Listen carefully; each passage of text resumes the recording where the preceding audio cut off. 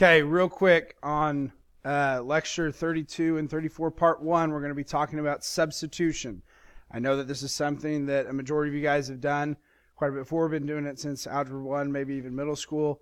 So we're going to try and get through this one fairly quick. Just go over a couple examples just for some good review. Okay, so first off, when do we want to use substitution? We've got 4 different systems of equations up here. We've got a system here, got a system here, and a system here. Okay, now if I'm looking at these, there is one obvious choice that we would want to do substitution on. And that would be this one right here. Why do we want to do substitution on this one? Well, if I look at it, it's got a variable by itself. If you ever have a variable by itself, meaning that there's a 1 in front of it, so it's just an x or just a y, that is the variable that you want to solve for in substitution. Remember, substitution is the one where you solve for a variable and then you plug your result into the other equation. Okay, so if you ever see one with a variable by itself, that is definitely a good one to do substitution on. Okay, now if I'm looking at the rest of these all also have problems that you can do substitution with. The big issue with substitution is if you end up with a fraction. Okay, so if I'm looking at this bottom example here, this one you could use substitution on. Okay, I would not want to solve the top equation for x and y. I've got a 3, a 4, and a 2. None of those have common factors.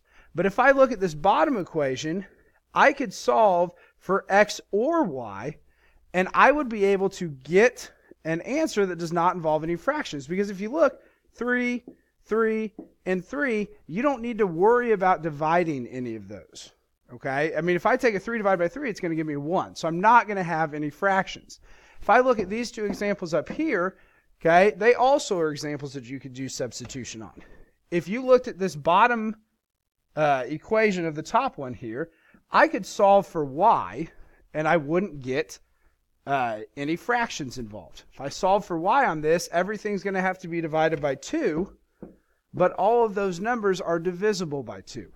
I would not want to solve for x or y on top, because 7 and 2 and 24 don't really have common factors. Okay, same if I look down at the bottom down here. Okay, I've got an x, y, 2. I wouldn't want to solve the top for anything. Those are going to result in fractions because 2 and 3 don't have common factors. But if I look at the bottom, I've got a 5x, a 5y, and a 10. All 3 of these numbers are divisible by 5, so it would work to do substitution on that. Okay, so that's just a good to get an idea for a plan of attack. Big thing is, if you ever see a variable by itself, definitely go for that one. Okay, so let's work a couple examples then real quick. All right, first example, I've got negative 4x plus 9 equals 9, and x minus 3y equals negative 6. That's a variable by itself. We definitely want to do substitution on this, and this x is the one that we're going to solve for. So we need to get this x by itself. Our first step then, add 3y to both sides. And when I do that, I get x equals 3y. Whoops, I'm going to write this in red, actually. I get x equals 3y minus 6. Okay, so I identified the equation and the variable I wanted to solve for, x. Why did I want to do x? Because it's by itself. Okay, so I've now got, x equals 3y minus 6. So now I'm going to take this 3y minus 6 and I'm going to substitute this into my other equation. Don't substitute it back into the same equation. You have to use the other equation. So now I've got a negative 4, and then instead of an x, I'm going to have a 3y minus 6. Okay, so plus 9y equals 9. So if I look, I did have negative 4x plus 9y equals 9, but we substituted in instead of an x, I've got a 3y minus 6 in there. And that came from this equation down here. So once I do this, if I'm looking, I've got a y and a y, I can now solve this equation for y. First step, distribute my negative 4 in, gives me negative 12y plus 10 plus 9y equals 9. Okay, next step, get your y's together. I've got a negative 12y and a positive 9y, so that gives me negative 3y plus 10 equals 9. Then I need to subtract 10. Oh my gosh, I made a bad mistake. Whoops. 4 times 6 is definitely not 10. Definitely not 10. That would be a plus 24. All right. Guess you guys have proof that I do make mistakes. So I'm going to subtract 24 to the other side. And 9 minus 24. Now I'm all flustered. Give me 10, 14, 15. Okay, and it'd be negative 15. Divide both sides by negative 3. I've got y equals 5. Okay, that is one of my answers is y equals 5. But then I need to find the other one.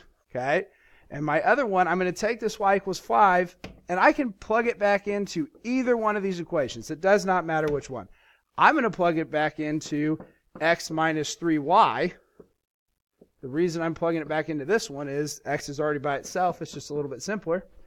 Okay, so that's going to give me x minus 15 equals negative 6.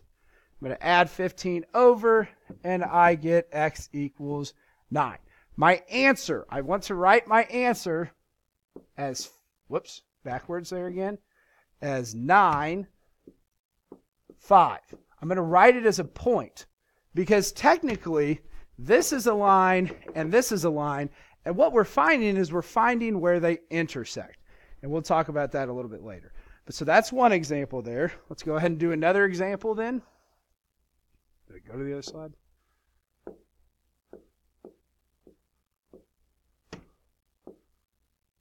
There we go. Maybe.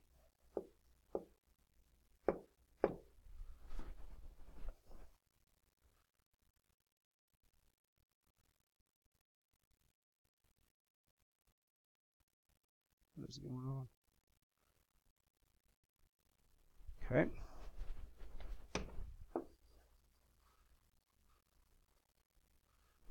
Sorry, having some technical difficulties. All right, next problem here, I got negative 3x minus 4y equals 2 and 3x plus 3y equals negative 3. Okay, this is one, no variable by itself, but if I look at this equation down here, all of these numbers are divisible by 3. We can avoid fractions. This time I'll solve for y. No reason other than we solved for x last time.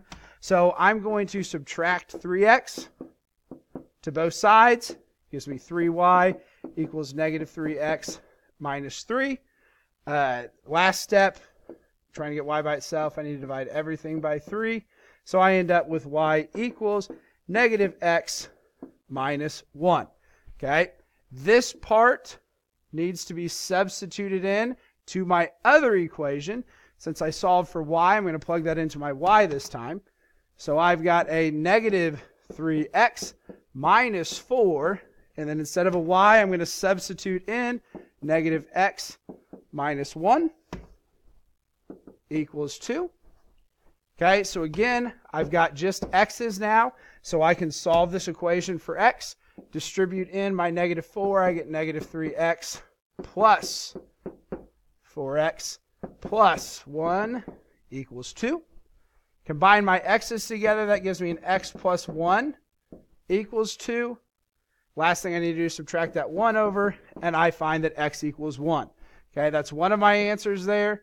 Now I need to take that x equals 1 and plug it back into either one. Does not matter which one you plug it back into. Okay, I'll plug it into the bottom one. 3 times 1 plus 3y equals negative 3. Now I've just got a y here, so I can solve for that y. Gives me 3 plus 3y equals negative 3. I need to subtract this 3 to the other side. So I get 3y equals negative 6. And divide by 3, I get y equals 2. Okay, so my answer is going to be the point 1, 2. Okay? And that is all for our substitution. Sorry for the technical difficulties.